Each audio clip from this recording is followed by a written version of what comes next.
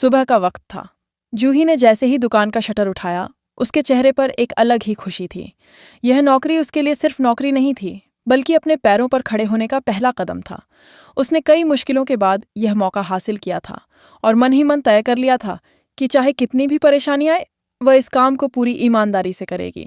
दुकान में रखे नए कपड़ों को वह बड़े ध्यान से देख रही थी। हर ड्रेस की कीमत, हर बिल और हर टैग उसे अच्छी तरह याद था। तभी एक ग्राहक दुकान में आई और उसकी नज़र एक खूबसूरत ड्रेस पर जाकर रुक गई। ग्राहक ने ड्रेस हाथ में लेकर पूछा, इसकी कीमत कितनी है?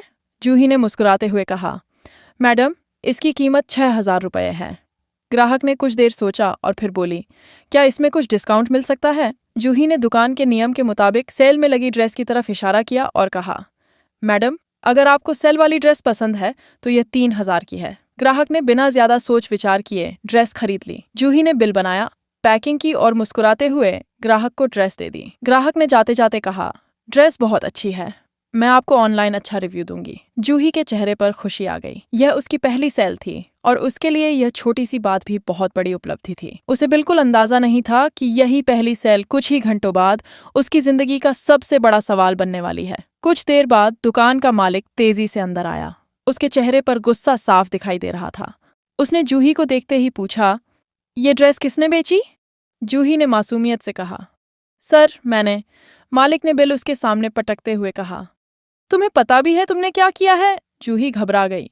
उसने बिल उठाकर देखा और बोली, सर, इसमें क्या गलती है? मैंने तो सेल के हिसाब से ही बिल बनाया है। मालिक ने गुस्से में कहा, फ्रेश कलेक्शन की ड्रेस को तुमने 3,000 में बेच दिया। जूही ने तुरंत जवाब दिया, लेकिन सर, उस पर सेल का टैग लगा हुआ था। मालिक ने कहा, अपनी गलती पर पर्दा मत डालो, वह ड्रेस 6,000 की थी। जूही के पैरों तले जमीन खिसक गई। उसने कांपती आवाज में कहा, लेकिन सर, मैंने तो वही कीमत देखी जो टैग पर लिखी थी, मैंने जानबूझकर कुछ नहीं किया। तभी मालिक ने उसकी तरफ शक भरी नजरों से देखा और कहा, तुम्हें पता है यह सिर्फ गलती नहीं है, हमारे पास ऐसी कई शिकायतें आई हैं। जूही ने हैरानी से पूछा, कौन सी शिकायतें सर? मालिक ने कहा, हमारे कुछ कपड़े पहले 6,000 की कीमत पर खरीदे जाते हैं, फिर किसी जानकार को 3,000 में बेच दिए जाते हैं और वही कपड़े बाद में मार्केट में 6,000 में वापस बेच दिए जाते हैं, यानी 3,000 का सीधा मुनाफा।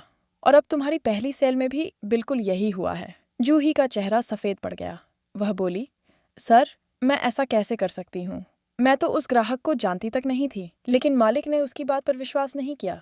तभी वहाँ कुछ लोग इकट्ठा हो गए। किसी ने कहा, हर चोर यही कहता है कि मैंने चोरी नहीं की। ये सुनते ही जूही की आंखों में आंसू आ गए।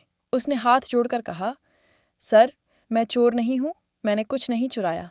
इतने में जूही की माँ वहां पहुंच गईं। उन्होंने जैसे ही अपनी बेटी को रोते हुए देखा, उनका गुस्सा फूट पड़ा। उन्होंने सामने खड़े आदमी से कहा, जुबान संभाल कर बात करना मेरी बेटी से। जानते हो ये कौन है? राजेंद्र सूरी का नाम सुना है कभी? दिल्ली के मशहूर वकील थे वो। यह उनकी पत्नी है। कुछ पल के लिए वहां सन्नाटा छा गया, लेकिन जूही ने माँ को रोकते हुए कहा, माँ, रहने दो, मुझे खुद पता है कि मैंने कुछ गलत नहीं किया। मगर उसके भीतर एक सवाल लगातार घूम रहा था, अगर उसने गलती नहीं की तो फिर बिल में यह गड़बड़ी आई कैसे? उधर दूसरी तरफ करण अपनी जिंदगी की सबसे बड़ी हार से जूझ रहा था। पिछला केस डिसमिस हो चुका था और घर वालों का भरोसा भी उससे उठ चुका था। उसने अपनी माँ और स्वीटी के सामने हाथ जोड़कर कहा, मुझे सिर्फ एक मौका और दे दीजिए। इस बार हम केस लड़ेंगे नहीं, जीतने जाएंगे। लेकिन घर वालों ने उसे पिछली हार याद दिला दी। स्वीटी ने कहा, लास्ट टाइम भी तुमने यही कहा था। कोर्ट में 2 सवाल पूछे गए और तुम्हारी बोलती बंद हो गई। जिस पर हमने भरोसा किया वह भी कुछ नहीं कर पाई। करण कुछ पल चुप रहा, फिर उसने कहा, हाँ, मेरी तैयारी कम थी, लेकिन इस बार मैं अपनी गलती दोहराऊंगा नहीं। मुझे किसी को जीत कर दिखाना है, मुझे खुद को साबित करना है। उसी दौरान जूही एक और मुसीबत में फंस चुकी थी। एग्जाम के दौरान उस पर चीटिंग का आरोप लगा दिया गया। कुछ लोग उसके खिलाफ बातें बनाने लगे। किसी ने ताना मारा, ईमानदारी की देवी नकल करते हुए पकड़ी गई। कोई हंसकर बोला, अगर ऐसे लोग वकील बनने लगे तो देश का क्या होगा? जूही चुपचाप सब सुनती रही। उसके लिए यह सिर्फ एक परीक्षा नहीं थी, बल्कि उसकी पूरी इज्जत का सवाल था।